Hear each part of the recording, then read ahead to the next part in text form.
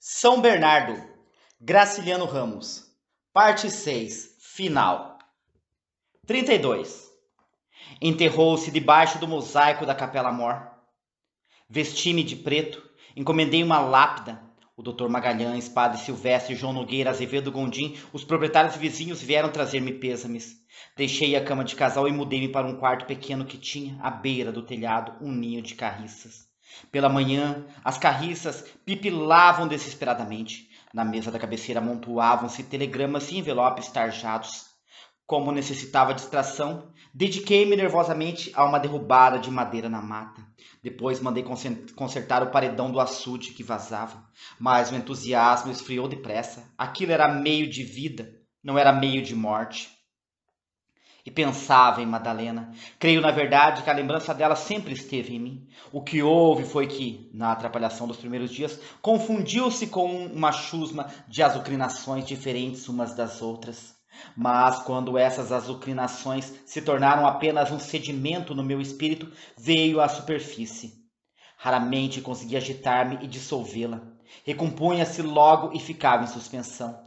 E os assuntos mais atraentes me traziam enfados e bocejos. Vivia agora a passear na sala, as mãos nos bolsos, o cachimbo apagado na boca. Ia ao escritório, olhava os livros com tédio. Saía, atravessava os corredores, percorria os quartos, voltava às caminhadas na sala.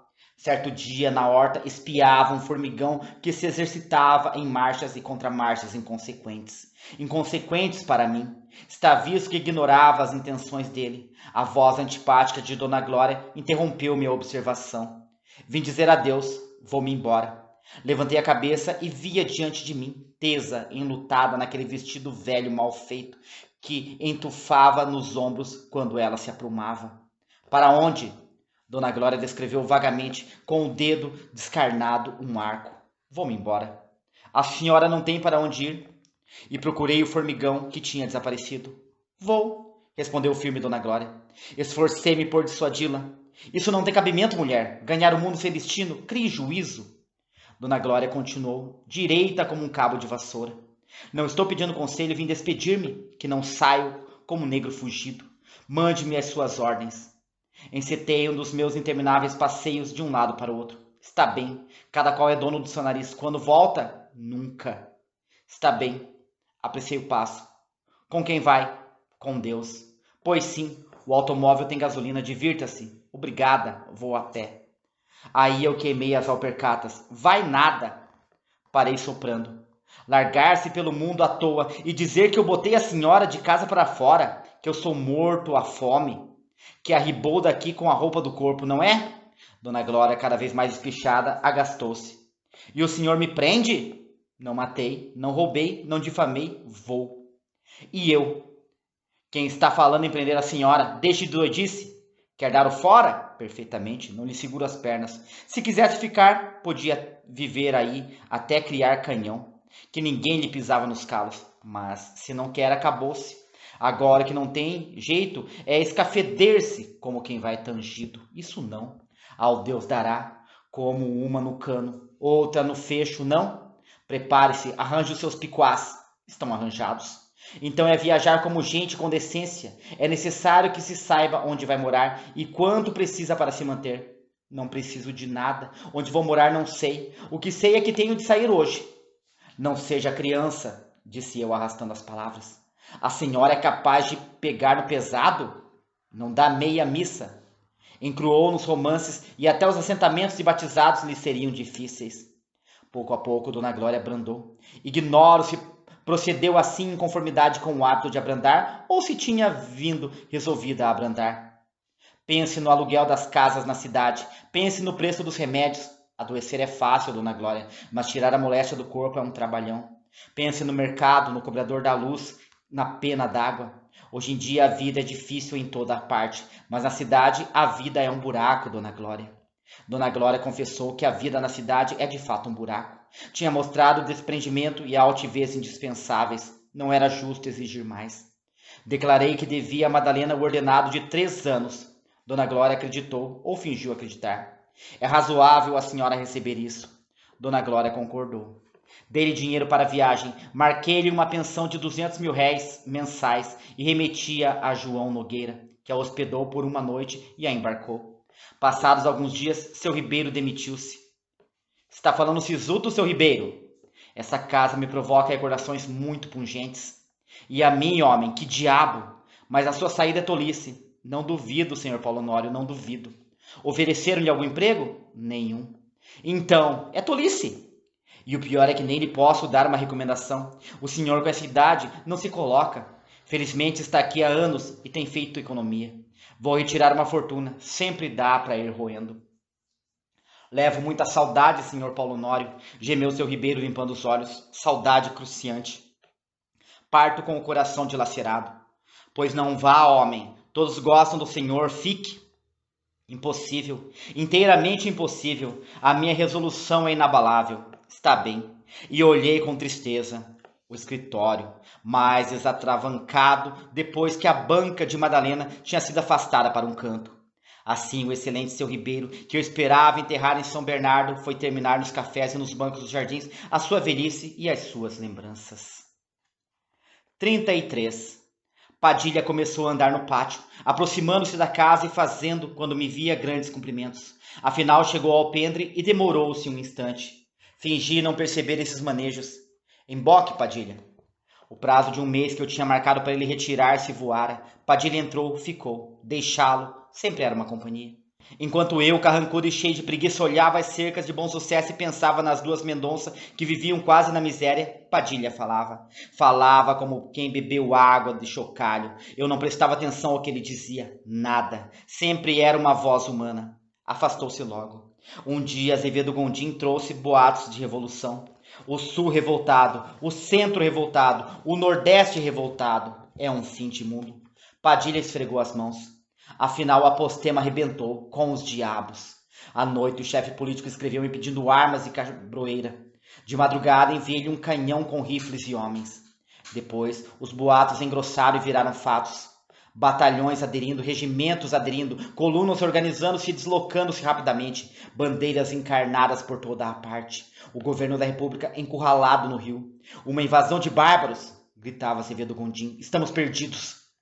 Padilha, numa agitação constante, devorava manifestos e roía as unhas. Enfim, quando a onda vermelha inundou o estado, desapareceu subitamente. João Nogueira elucidou o caso. Padilha e Padre Silvestre incorporaram-se às tropas revolucionárias e conseguiram galões. 34. Na cidade havia um fuxico nojento. E eu, que nunca tive gosto para safadezinhas de lugar miúdo, entoquei-me. Lamentava, sem dúvida, que o meu partido tivesse ido abaixar com um sopro. Que remédio! É comer agora da banda podre e calado. Os Gama, o Pereira, o Fidelis iam serrar de cima a fazer-me picuinhas. Aborrecia-me de tudo isso. Também não fariam grande coisa. Cortar o arame da cerca, mandar o delegado de polícia tomar a faca de um cabra na feira e sapecar-lhe o zinco, natural.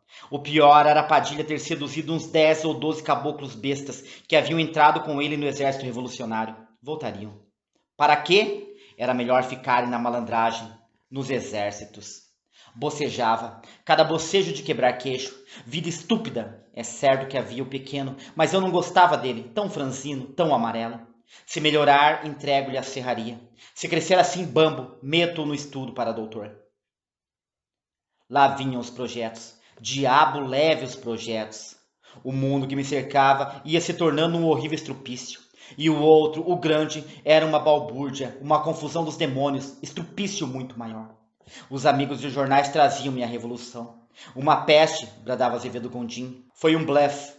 Ameaças pelo telégrafo e pelo rádio. Boletins jogados por aeroplanos. Todo mundo se pelava de medo.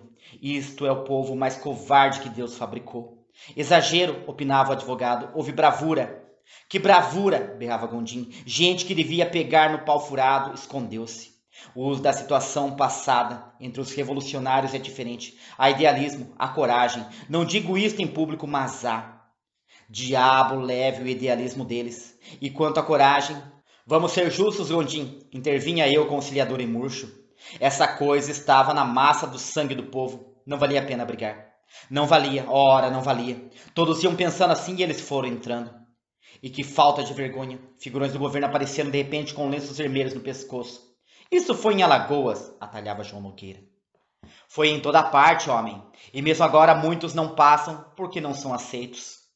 Quanto a mim, declarava Nogueira, tanto me faz estar em cima como embaixo, que política nunca me rendeu nada. Estou embaixo e não pretendo subir. É verdade que sempre achei a democracia um contrassenso. Muitas vezes lhe disse, o diabo é que votei na chapa do governo. Mas aqui entre nós, a ditadura só não presta porque estamos no chão. Gondim protestava, indignava-se, e eu só queria ver Padre Silvestre fardado de tenente. Que interesse tem ele em bancar o patriota? Dizia Nogueira. Animal! Resmungava Azevedo Gondim. O Cruzeiro tinha perdido a subvenção. Conversas assim repetidas distraíam-me. Uma vez por semana, os dois jantavam comigo. E na cidade, sujeitos exaltados começavam a espalhar que São Bernardo era um ninho de reacionários. Como vai o fuzuê? Mal. E lá vinham notícias de violências desnecessárias, vinganças, comissões sindicâncias lavando roupa suja. Nogueira, moderado, desejava um arco entre vencedores e vencidos. Gondim detestava acordos, dente por dente, percebíamos.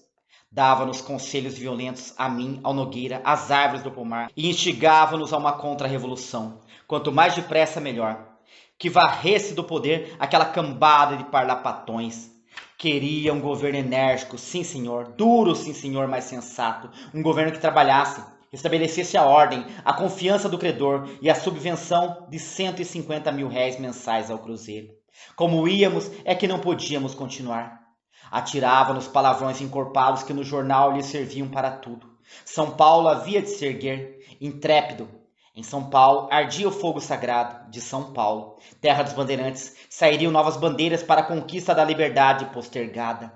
Você fala bem, Gondim, murmurava eu impressionado. Você havia de trepar, Gondim, se o nosso partido não tivesse virado de pernas para o ar. João Nogueira metia as botas na eleição e inculcava os conselhos técnicos. Gondim gostava do voto como de um filho pequeno e só admitia técnicos nas comissões da Câmara. Casimiro Lopes, afastado, escutava-os com assombro. Eu olhava a torre da igreja e o meu pensamento estirava-se pela paisagem, encolhia-se e descia as escadas, ia ao jardim, ao pomar, entrava na sacristia. João Nogueira condenava a literatura revolucionária, a patriotice alambicada. O oratório sobre a mesa estava cheio de santos. Na parede penduravam-se litografias. A porta dava pancadas no batente. Apagava-se a vela, eu acendia outra e ficava com o fósforo entre os dedos até queimar-me. As casas dos moradores eram úmidas e frias. A família de Mestre Caetano vivia num aperto que fazia dó. E o pobre do Marciano, tão esbodegado, tão escavacado, tão por baixo. Azevedo Gondim reclamava liberdade aos gritos, contentava-se com a renda mofina do jornal e deve os cabelos da cabeça.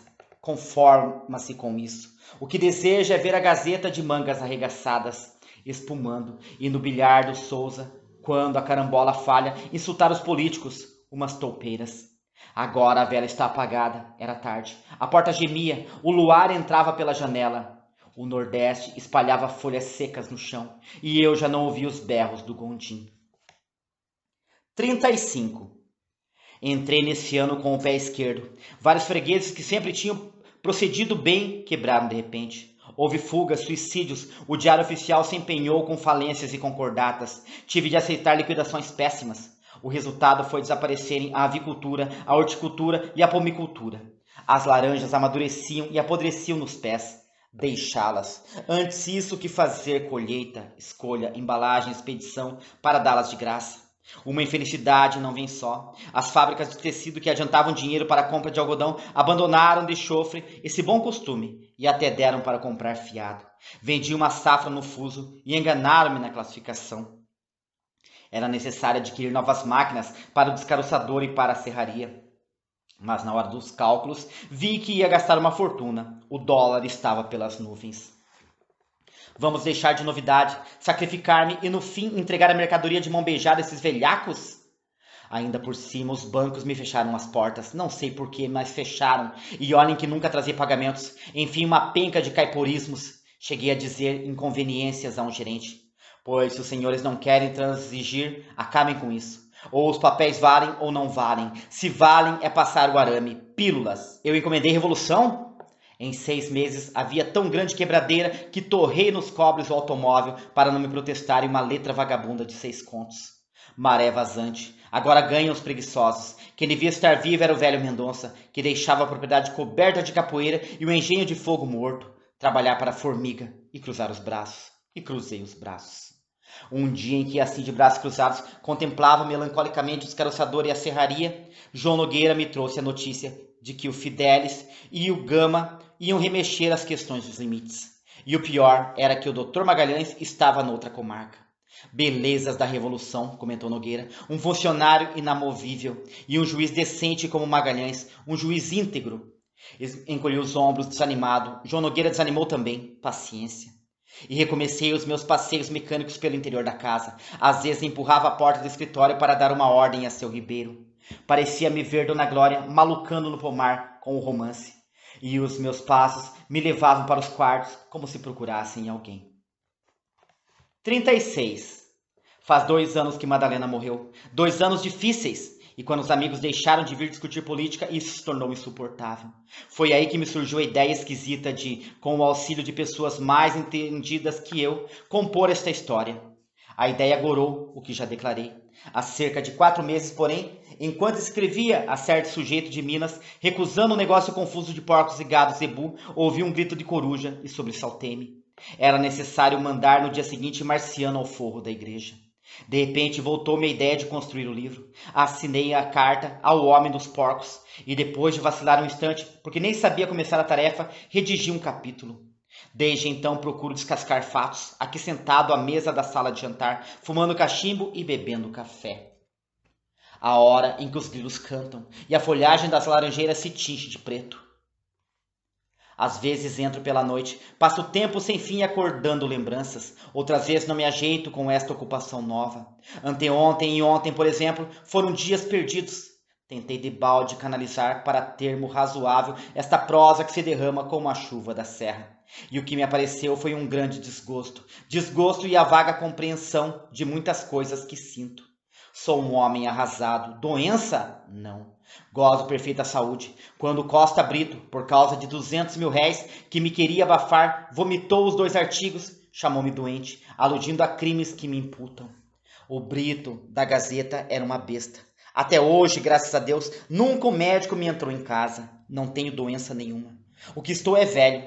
50 anos pelo São Pedro. 50 anos perdidos. 50 anos gastos sem objetivo. A maltratar-me e a maltratar os outros. O resultado é que endureci, calejei, e não é um arranhão que penetra esta casca espessa e vem ferir cá dentro a sensibilidade embotada. 50 anos, quantas horas inúteis, consumir-se uma pessoa a vida inteira sem saber para quê, comer e dormir como um porco, levantar-se cedo todas as manhãs e sair correndo, procurando comida, e depois guardar comida para os filhos, para os netos, para muitas gerações. Que estupidez! Que porcaria! Não é bom vir o diabo e levar tudo? Sol, chuva, noites de insônia, cálculos, combinações, violências, perigos, e nem sequer me resta a ilusão de ter realizado obra proveitosa. O jardim, a horta, o pomar, abandonados, os marrecos de Pequim, mortos, o algodão, a mamona secando, e as cercas dos vizinhos inimigos ferozes avançam. Está visto que, cessando esta crise, a propriedade se poderia reconstituir e voltar a ser o que era. A gente do eito se esfalfaria de sol a sol, alimentada com farinha de mandioca e barbatanas de bacalhau. Caminhões rodariam novamente, conduzindo mercadorias para a estrada de ferro. A fazenda se encheria outra vez de movimento e rumor. Mas para quê? Para quê? Não me dirão! Nesse movimento e nesse rumor haveria muito choro e haveria muita praga. As criancinhas nos casebres úmidos e frios inchariam roídas pela verminose, e Madalena não estaria aqui para mandar-lhes remédio e leite. Os homens e as mulheres seriam animais tristes. Bichos. As criaturas que me serviam durante anos eram bichos. Havia bichos domésticos, como Padilha, bichos do mato, como Casimiro Lopes, e muitos bichos para o serviço de campo, bois mansos. Os currais que se coram uns aos outros lá embaixo tinham lâmpadas elétricas, e os bezerrinhos mais taludos soletravam a cartilha e aprendiam de cor os mandamentos da lei de Deus. Bichos. Alguns mudaram de espécie e estão no exército, volvendo à esquerda, volvendo à direita, fazendo sentinela. Outros buscaram pastos diferentes. Se eu povoasse os currais, teria boas safras, depositaria dinheiro nos bancos, compraria mais terra e construiria novos currais. Para quê? Nada disso me traria satisfação. Coloquei-me acima da minha classe, creio que me elevei bastante. Como lhes disse, fui guia de cego, vendedor de doce e trabalhador alugado. Estou convencido de que nenhum desses ofícios me daria os recursos intelectuais necessários para engendrar esta narrativa. Magra, de acordo, mas em momentos de otimismo suponho que há nela pedaços melhores que a literatura de Gondim. Sou, pois, superior a mestre Caetano e a outros semelhantes, considerando, porém, que os enfeites do meu espírito se reduzem a farrapos de conhecimentos apanhados sem escolha e mal cozidos. Devo confessar que a superioridade que me envaidece é bem mesquinha. Além disso, estou certo de que a escrituração mercantil, os manuais de agricultura e pecuária que forneceram a essência da minha instrução não me tornaram melhor que o que eu era quando arrastava a peroba. Pelo menos naquele tempo não sonhava ser o explorador feroz em que me transformei. Quanto às vantagens restantes, casas, terras, móveis, semoventes, consideração de políticos, etc., é preciso convir em que tudo está fora de mim. Julgo que me desnorteei numa errada. Se houvesse continuado a arear o tacho de cobre da velha Margarida, eu e ela teríamos uma existência quieta. Falaríamos pouco, pensaríamos pouco, e à noite, na esteira, depois do café com rapadura, rezaríamos rezos africanos na graça de Deus. Se não tivesse ferido João Fagundes, se tivesse casado com a Germana, possuiria meia dúzia de cavalos, um pequeno cercado de capim, encerados, cangalhas, seria um bom almocreve. Teria crédito para comprar 100.000 réis de fazenda nas lojas da cidade, e pelas 4 festas do ano, a mulher e os meninos vestiriam roupa nova. Os meus desejos percorreriam uma órbita acanhada. Não me atormentariam preocupações excessivas, não ofenderia ninguém. E em manhãs de inverno, tangendo os cargueiros, dando estalos com o baranhém de alpercatas, chapéu de oiricuri, alguns níqueis na capanga, beberia um gole de cachaça para espantar o frio e cantaria por estes caminhos, alegre como um desgraçado. Hoje não canto nem rio. Se me vejo ao espelho, a dureza da boca e a dureza dos olhos me descontentam. Penso no povoado onde seu Ribeiro morou. Há meio século, seu Ribeiro acumulava, sem dúvida, mas não acumulava para ele. Tinha uma casa grande sempre cheia. O girimum caboclo apodrecia na roça. E por aquelas beiradas ninguém tinha fome. Imagino-me vivendo no tempo da monarquia, à sombra de seu Ribeiro. Não sei ler, não conheço iluminação elétrica nem telefone. Para me exprimir, recorro a muita perífrase e muita gesticulação. Tenho, como todo mundo, uma candeia de azeite que não serve para nada, porque à noite a gente dorme. Podem rebentar centenas de revoluções, não receberei notícias delas. Provavelmente sou um sujeito feliz. Com um estremecimento largo essa felicidade que não é minha e encontro-me aqui em São Bernardo, escrevendo. As janelas estão fechadas, meia-noite, nenhum rumor na casa deserta. Levanto-me, procuro uma vela, que a luz vai apagar-se, não tenho sono. Deitar-me, rolar no chão até a madrugada é uma tontura. Prefiro ficar sentado, concluindo isto. Amanhã não terei com que me entreter. Ponho a vela no castiçal, risco um fósforo e acendo-a. Sinto um arrepio. A lembrança de Madalena persegue-me. Diligência afasta-se e caminha em redor da mesa. Aperto as mãos de tal forma que me firo com as unhas. E quando cai em mim, estou mordendo os beiços a ponto de tirar sangue. De longe em longe, sento-me fatigado e escrevo uma linha. Digo em voz baixa. Estraguei a minha vida. Estraguei-a estupidamente. A agitação diminui. Estraguei a minha vida estupidamente. Pensa em Madalena com insistência. Se fosse possível recomeçarmos. Para que enganar-me? Se fosse possível recomeçarmos, aconteceria exatamente o que aconteceu. Não consigo modificar-me. É o que mais me aflige. A molecoreba do mestre Caetano arrasta-se por aí, lambuzada, faminta. A Rosa, com a barriga quebrada de tanto parir, trabalha em casa, trabalha no campo e trabalha na cama. O marido é cada vez mais molambo. E os moradores que me restam são uns cambembes como ele. Para ser franco, declaro que esses infelizes não me inspiram simpatia. Lastimo a situação em que se acham. Reconheço ter contribuído para isso, mas não vou além. Estamos tão separados. A princípio estávamos juntos, mas esta desgraçada profissão nos distanciou. Madalena entrou aqui cheia de bons sentimentos e bons propósitos. Os sentimentos e os propósitos esbarraram com a minha brutalidade e o meu egoísmo. Creio que nem sempre fui egoísta e brutal. A profissão é que me deu qualidades tão ruins. E a desconfiança terrível que me aponta inimigos em toda a parte. A desconfiança é também consequência da profissão. Foi este modo de vida que me inutilizou. Sou um aleijado. Devo ter um coração miúdo, lacunas no cérebro, nervos diferentes dos nervos dos outros homens, e um nariz enorme, uma boca enorme, dedos enormes. Se Madalena me via assim, com certeza me achava extraordinariamente feio. Fecho os olhos, agito a cabeça para repelir a visão que me exibe essas deformidades monstruosas. A vela está quase a extinguir-se. Julgo que delirei e sonhei com atoleiros, rios cheios e uma figura de lobisomem. Lá fora, uma treva dos diabos, um grande silêncio. Entretanto, o luar entra por uma janela fechada e o nordeste furioso espalha folhas secas no chão. É horrível. Se aparecesse alguém, estão todos dormindo. Se ao menos a criança chorasse, nem sequer tem amizade a meu filho. Que miséria!